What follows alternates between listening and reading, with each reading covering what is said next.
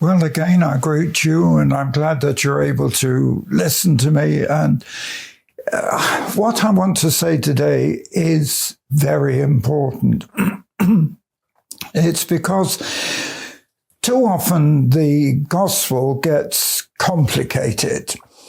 And I want to basically remind you of what the Lord said to the disciples. He said, preach the gospel, heal the sick, and raise the dead, of course.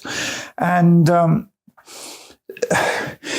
that's all I try to do in my ministry, is do what the disciples were told to do. And what higher aim or ambition can we have than simply doing what Jesus said? And this was a challenge particularly to the disciples, but it goes wider than that. And I think it's a challenge to pastors and to leaders. No, not to just ordinary members of churches maybe, but I still think that we forget and move away from the simplicity of the gospel and try and confuse it. And what I've had to do, particularly in my ministry, is be very simple. You see, I've just come back, as I'm talking to you now, I'm only a few days back from Poland. And time doesn't matter when it was, but for me it was just not a week ago when I held the meetings there.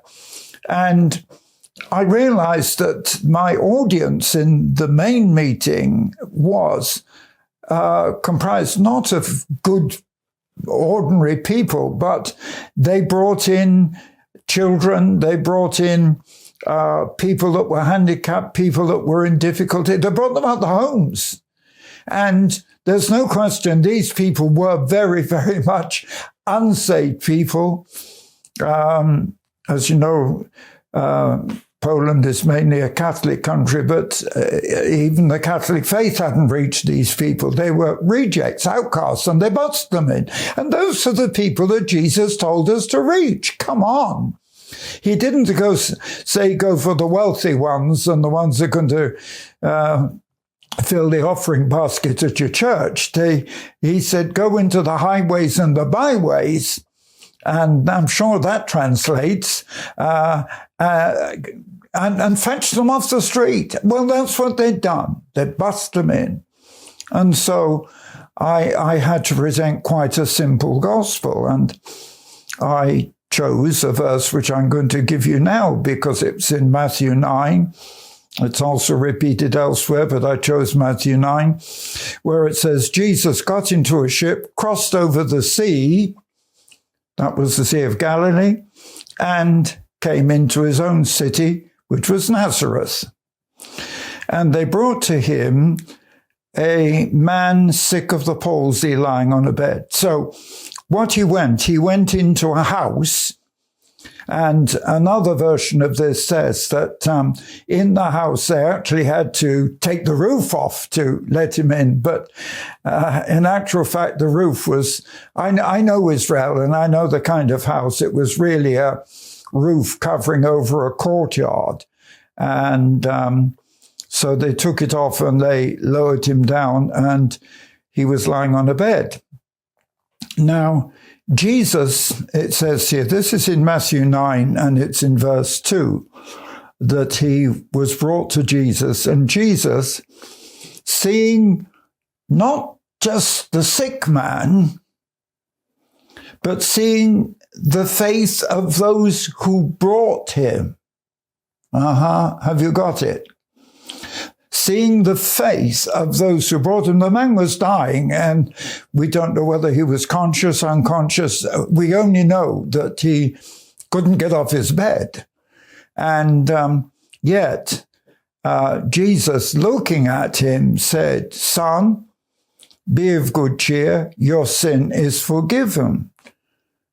So this caused a major controversy because these people, with their faith, had thought that Jesus would heal him, and Jesus didn't.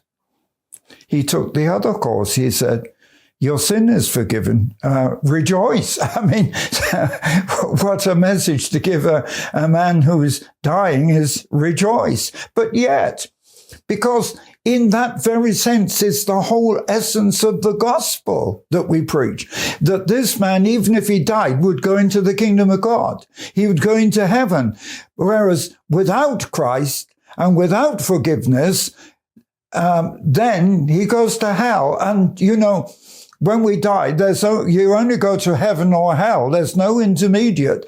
And I must admit, and if you watch the recordings, the film that's celebrating my 75 years, you'll find out that in my early years, as a teenager, I was a hellfire preacher. But it's the truth. Come on, it's the truth. When you die, you either go to heaven or hell. And the decision isn't made when you get up there. The decision has to be made down here first. And that's why the importance. But of course, it says that the religious leaders, the scribes, the Pharisees, they complained and they argued amongst themselves. This man is blaspheming because they admitted that only God can forgive sin. They hadn't put it in so many words, but if this man is forgiving sin, then he's acting like God. And in verse 4, Jesus knew their thoughts, and he said, why do you think evil in your hearts? And you know, it's very easy for religious leaders to be critical.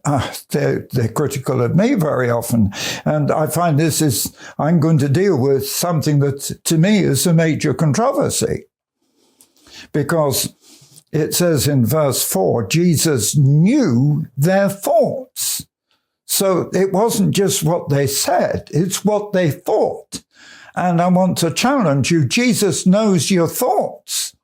It's not just what you say, he knows what you're thinking, and that's quite critical. So he says then in verse 5, he asks a major question. He said, which is the easiest, to say your sin is forgiven or to say, be healed, get up and walk? I find that this... And when I'm preaching the gospel, I find this quite a challenge, and I want to present it as a challenge to you in a moment, because what Jesus said, he's asking a question, which is the easiest, to say your sin is forgiven, or to say, sick man, don't die, get up and walk. And to get up and walk for a man paralyzed on his bed was going to take a miracle. And I want to challenge some of you who are listening to me. I don't know you, but you're out there and you're listening. And I want to challenge you, in effect, with the same question. Which is the easiest? Come on. Now, this is a serious question. In actual fact, Jesus didn't wait for their answer. He gave them a slightly different answer to what they expected.